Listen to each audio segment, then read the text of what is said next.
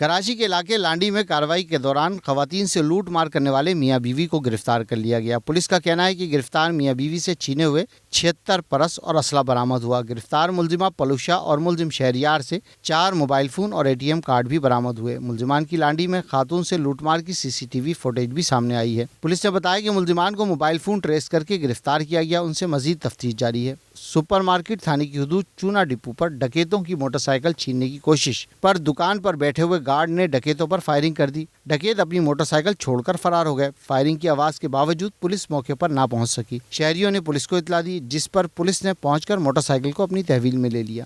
Police کے مطابق Surjani town گلشن نور میں شہری کی فائرنگ سے ڈاکو مارا گیا۔ موٹر سائیکل پر سوار 2 ڈاکو شہری سے لوٹ مار کر رہے تھے۔ نامعلوم شہری نے فائرنگ کی تو ملزم شدید زخمی ہو گیا، جو موقع پر ہی دم توڑ گیا۔ ہلاک ڈاکو کی شناخت تاحال نہیں ہو سکی۔ ہلاک ڈاکو کے قبضے سے اسلحہ اور دیگر سامان برآمد کر لیا گیا۔ سرجانی ٹاؤن کنیز فاطمہ سوسائٹی کے قریب ڈاکوؤں کی فائرنگ سے نوجوان زخمی ہو گیا۔ دوسری جانب اورنگی ٹاؤن 1 نمبر قصبہ کالونی اور سیکٹر 10 میں نامعلوم سم سے گولی لگنے سے 3 افراد زخمی ہو گئے۔ زخمیوں کو عباسی شہید ہسپتال اور جناح ہسپتال منتقل کر دیا گیا۔